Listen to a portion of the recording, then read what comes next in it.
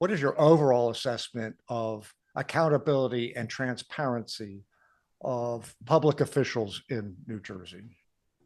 In general, I think the state of transparency is worse Right. than it used to be. It's getting worse as the years go on because I think public officials are finding different ways in order to be less transparent. And there's a whole bunch of reasons for that. One of the most important reasons is the press corps. We do not have the press corps we used to have. It's 17 daily papers, all had bureaus in Trenton, all of them covering the governor every single day. And if that governor wasn't transparent or the legislature wasn't transparent, they went after him. Mm-hmm. Now we have, I don't think we have any really first-class papers. And the few we have left don't really have the personnel to cover Trenton the way they used to. Right. So that's one big reason. The second is that I think, particularly since we've had one-party rule, which we've had for a while now, because there's no checks and balances between the legislature and the governor, haven't been for some time, that hurts transparency. And so we've seen a number of occasions where I think where the opposition party, in this case the Republican Party, was opposing and wanted more transparency, but they didn't have the votes to make it happen. Right. And so I think the result is that we've had less transparency. There are other reasons. Those are probably the big two. But why is there less bipartisanship in New Jersey now than ever? One is there's a national trend. I mean, unfortunately, New Jersey is part of the other 50 states and part of the nation, and we have less bipartisanship. We have more anger on both sides. We have less compromise. And it's unfortunate because this country was created by compromise. Without compromise, we wouldn't have a union. Mm-hmm. And recently, say compromise has become a dirty word, and people don't want to do it anymore, and they don't think they have to do it, and therefore they fight instead of compromise. So you think it's more of an outgrowth of the mood and the tone that is set in Congress that has trickled down to New Jersey? In Congress and in the press. I mean, it's a decent question to ask is, can you have a real democracy without a common source of information? When I was young, Walter Cronkite said something on the news and everybody believed it and went on to the next issue. Right. We don't have that kind of trusted source anymore. Right. So I think that's a great loss. Yes. You read something that confirms your own view. You're conservative. You read a conservative press. If you're a liberal, the liberal press. You watch terrible things on the internet now. Mm-hmm. Don't seem to have truth to either side. But there isn't any common source of information. Yeah. And that's bad. The most recent things regarding transparency and accountability legislatively have been the recent changes in Oprah and the recent changes in the ELEC laws. What is your analysis of those two things? Well, those are unfortunate changes in my mind because they lessen transparency. But again, there aren't any checks and balances to stop that. There isn't a strong press.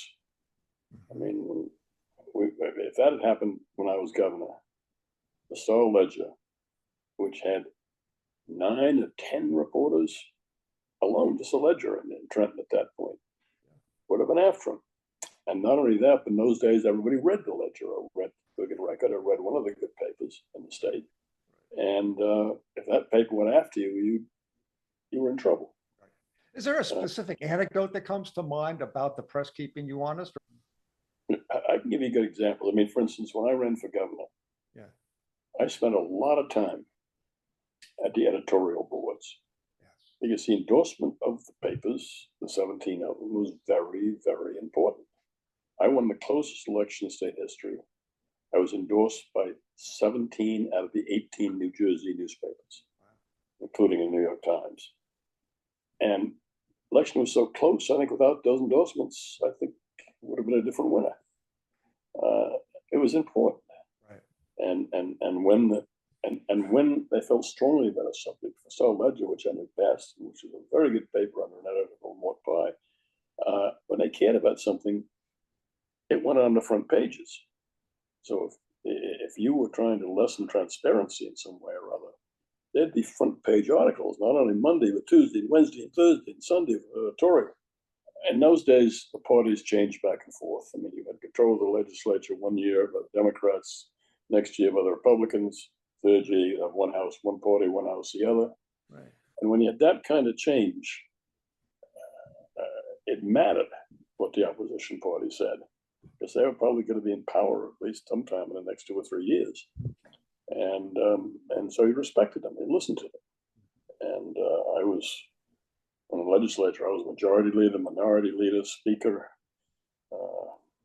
whatever. But I was, because the parties changed back and forth, my position changed back and forth. But the Democrats respected me in part because they knew they're going to have to deal with me, because I was probably going to be back in power in the next couple of years. And the same, I respected Democratic leadership for the same reason, that they were going to be back in power in the next couple of years. So you couldn't just run roughshod over them like you can now. I mean, it doesn't matter to Democrats in New Jersey now what the Republicans say. They haven't been in power in a long time, and it's possible they could take the next governorship, but it's uphill.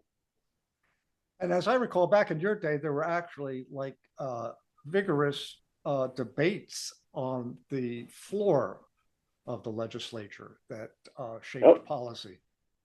Yeah, but there was very vigorous debate, but there was debate with respect. And we liked each other.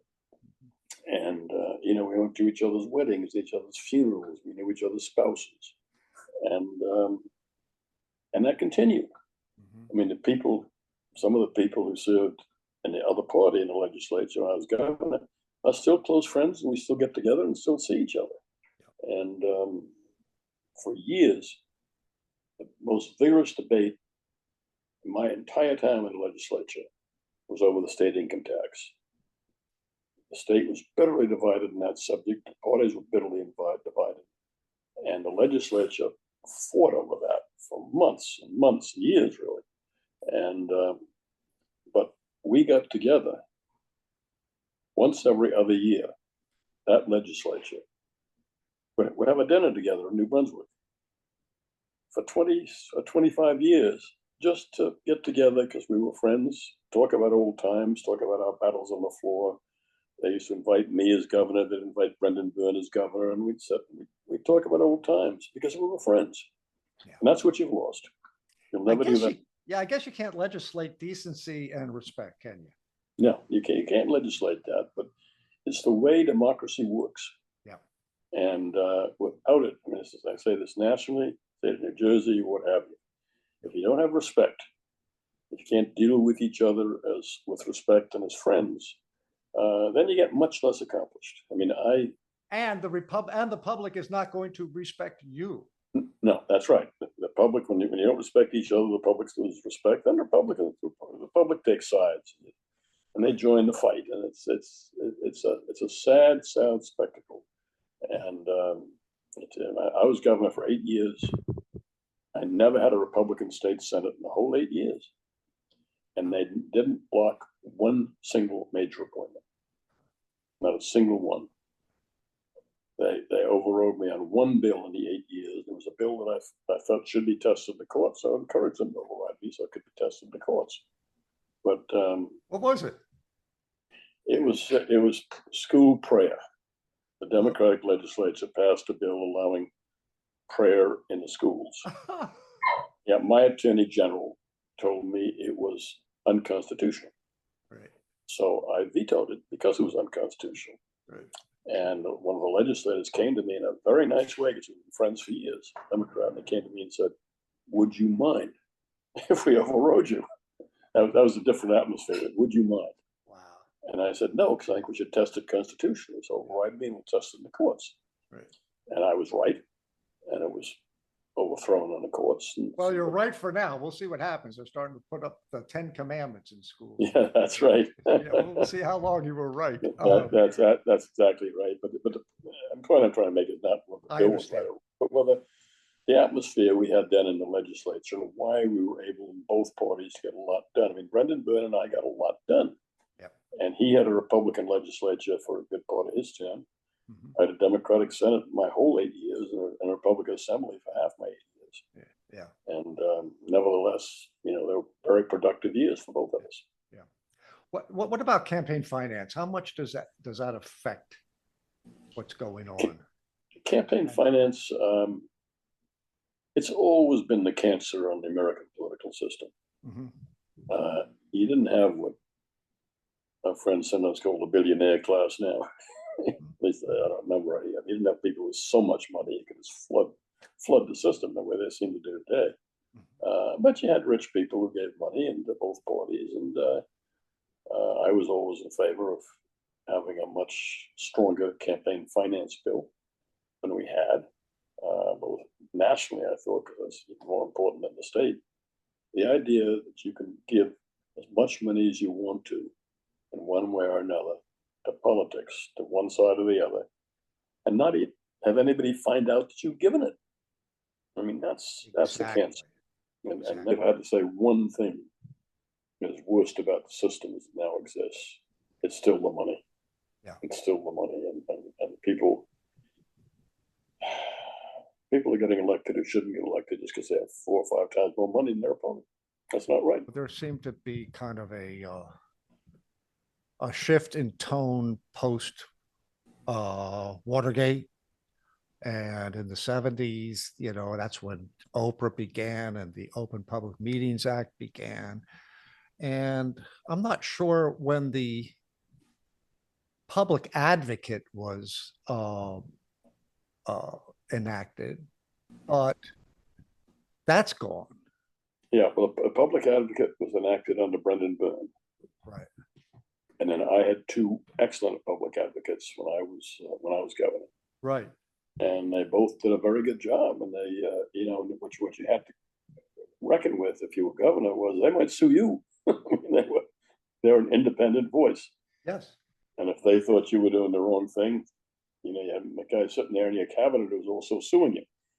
Right. That wasn't a bad thing. I mean, it was because it's not bad to have somebody representing the public. Would you like to see that come back? Well, I think the Democrats did away with it. And they didn't want it back. Right.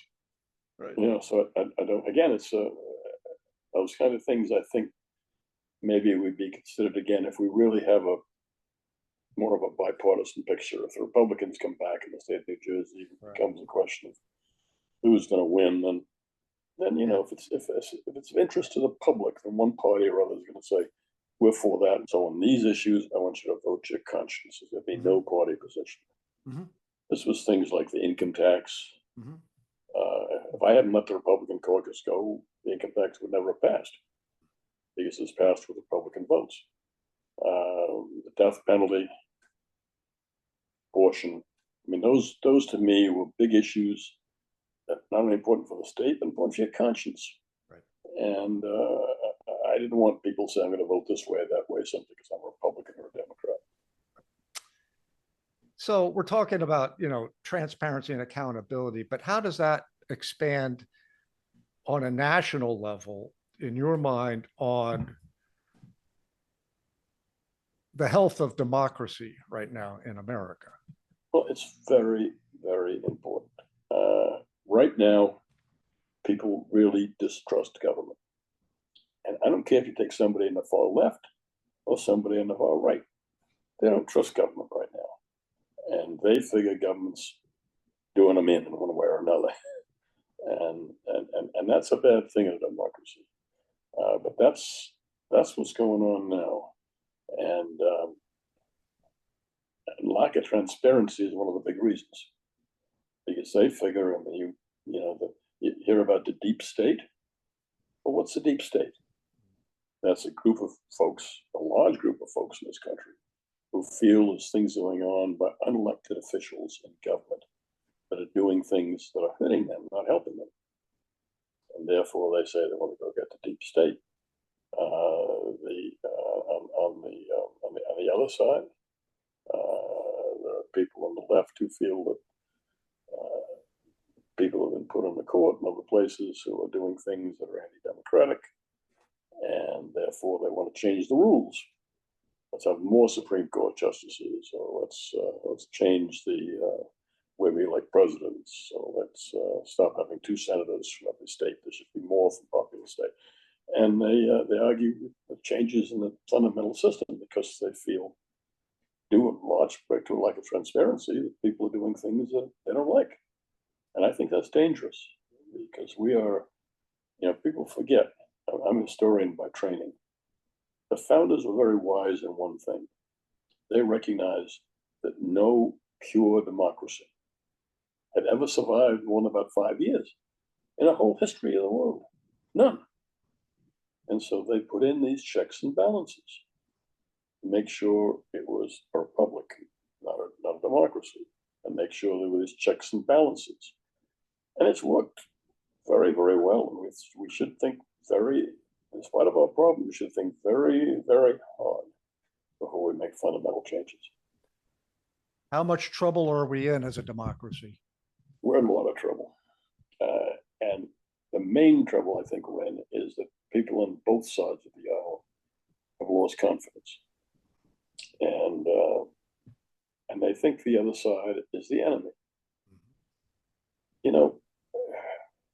And now we're voting this year on 2 people. So if you think of your young voter now, you're voting on 2 people, not only your father's age, your grandfather's age. And they're not going to get enthusiastic about that. And I remember I was very excited when I was a young person casting my first votes. I had my candidate, I thought that candidate was going to be the best president ever. On the other hand, the person who was running on the other side, the Democrats, I thought, they were pretty good too. And if I'd lost that year, I would have, fine, because I thought they had a good candidate too. Right. That's gone. Right. People don't believe that anymore. And there's some of the things that are going on that make me worry about the democracy in its future.